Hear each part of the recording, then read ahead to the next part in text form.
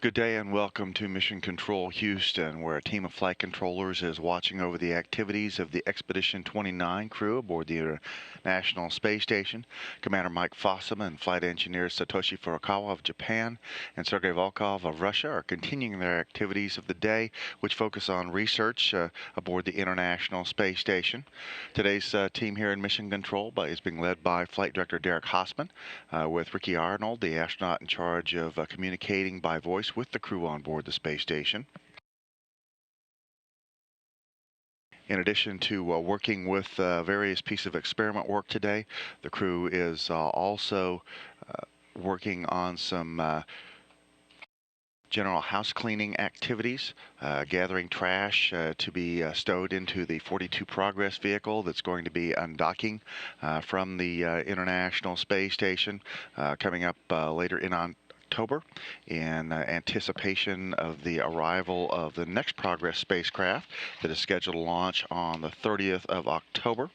That undocking of Progress 42 is scheduled for Saturday, October the 29th, and we'll clear the Piers docking compartment for the arrival of the next Progress resupply vehicle. In addition, today the crew worked with Mission Control to do some preparations for a bit of a combination reboost and debris avoidance maneuver. There's a small, about 4-inch or 10-centimeter piece of Russian rocket body that was launched in 1991 that is coming a little bit too close to the International Space Station for comfort.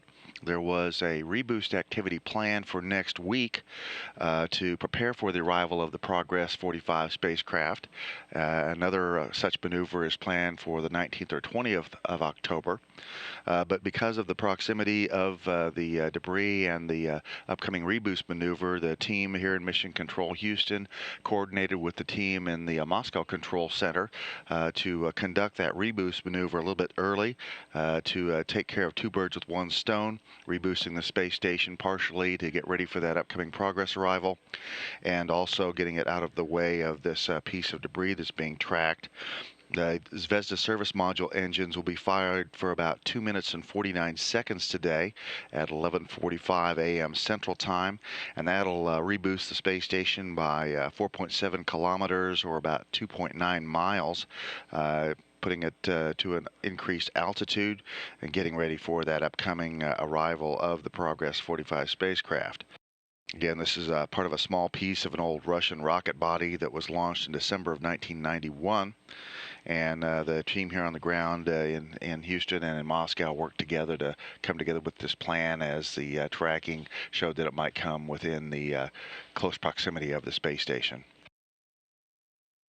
As mentioned, though, research is, and of course, some of the preparations the crew is making on that are to close the shutters on the exterior windows for the space station, and the folks in Mission Control will be feathering the solar arrays to make sure they're in the proper position for the firing of those Zvezda service module thrusters.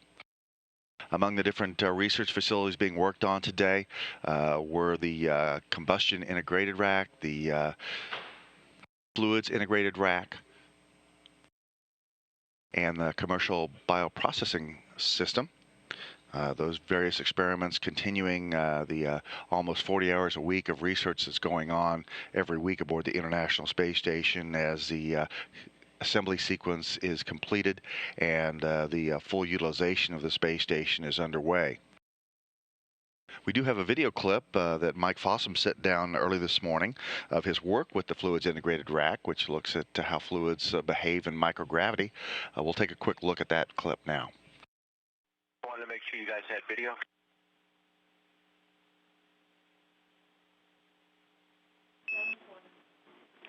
Yes, we do, Mike. We're on downlink 1.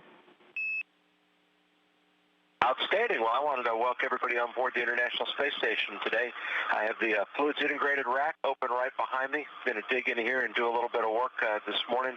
First is changing out a camera to give us a different view or a better view, and then I'll be changing out some samples so we can get this rack up and running in the next few days. So welcome aboard, and glad to have you watching over my shoulder.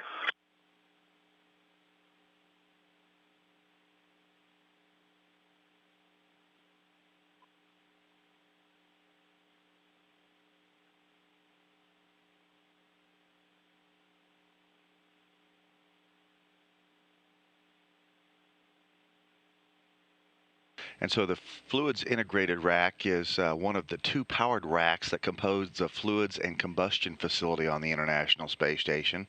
The other rack is called the combustion integrated rack. This combined set of experiment platforms provides opportunity to look at the unique challenges of working with both fluids and flame or combustion in microgravity. The Fluids Integrated rack, which we're looking at here, features a large user configurable volume for experiments, and it kind of resembles a laboratory optics bench.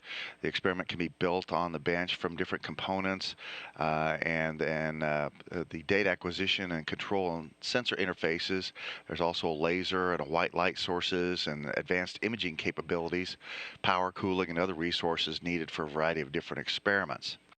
It's built to accommodate a wide range of experiments, and it focuses on the complex fluids, interfacial phenomena, dynamics and instabilities of fluids, multi-phase flows, and changes in phase of fluids.